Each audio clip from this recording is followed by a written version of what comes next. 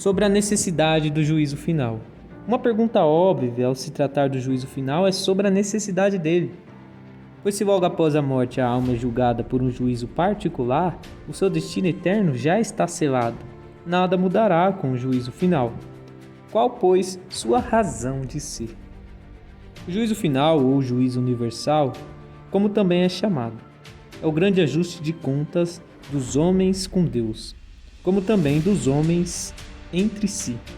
Começamos por este último, apesar de ser menos importante. Menos importante, aliás, não quer dizer desimportante, mesmo porque Jesus Cristo deu a ele grande importância.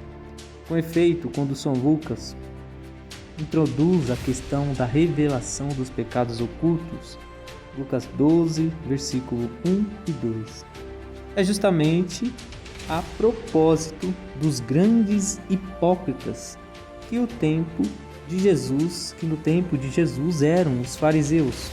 Começou ele, Jesus, a dizer aos seus discípulos: guardai-vos o fermento dos fariseus, que é a hipocrisia, porque nada há de oculto que não venha a descobrir-se, e nada escondido que não venha a se saber-se. Importa, pois, que no dia do juízo final, todos aqueles que quiseram passar por virtuosos aos olhos dos homens, mas estavam cheios de pecados ocultos, seja publicamente desmascarados. Ampliando esse quadro, vimos quantas pessoas são caluniadas ou injustiçadas em qualquer campo que se considere moral, familiar, social, político, cultural, artístico, científico, técnico, laboral e etc. E, consequentemente, menosprezadas ou preteridas em favor de outras fracamente incompetentes, oportunistas ou desonestas. É preciso que a justiça seja feita aos olhos de toda a humanidade. É esse grande ajuste de contas em nível particular que o juízo final propiciará. Pode, entretanto, acontecer que alguns ou muitos que praticam injustiças tenham depois de se arrependido e salvado sua alma. É claro que a injustiça praticada por essas pessoas também deve ser manifestada no juízo final para reparar a honra dos lesados. O fato de que no sacramento da confissão se garanta o segredo absoluto sobre os pecados confessados é uma condição necessária da vida. Nesta terra, todo convívio humano se tornaria insuportável se cada um dos pecados ocultos um dos outros. Porém, no dia do juízo, essa necessidade cessa, pois o convívio, a partir de então, será na morada celeste, em condições totalmente outras.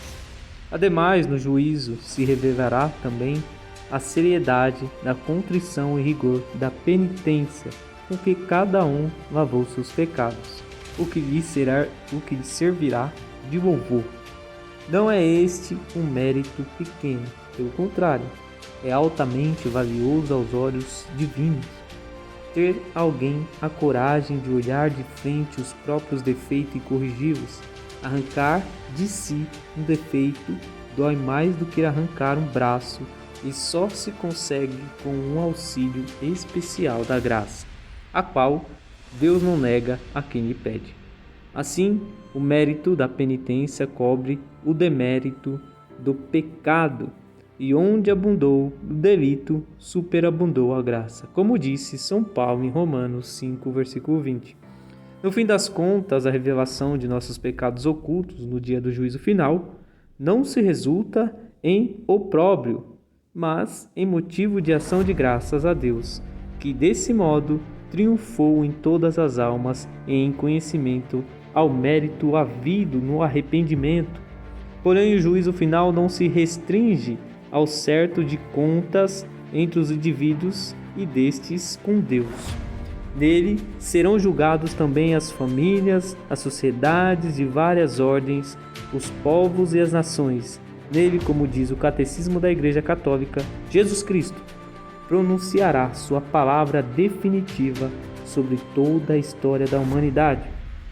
Será uma grande aula de história. Não é, pois, sem propósito que a eleição dos papas se faça na Capela Sistina, sob o teto decorado com o célebre afresco de Michelangelo sobre o juízo final, que ali se decide de cada vez é o rumo que tomará a Santa Igreja, cuja barca arrasta atrás de si a história de toda a humanidade.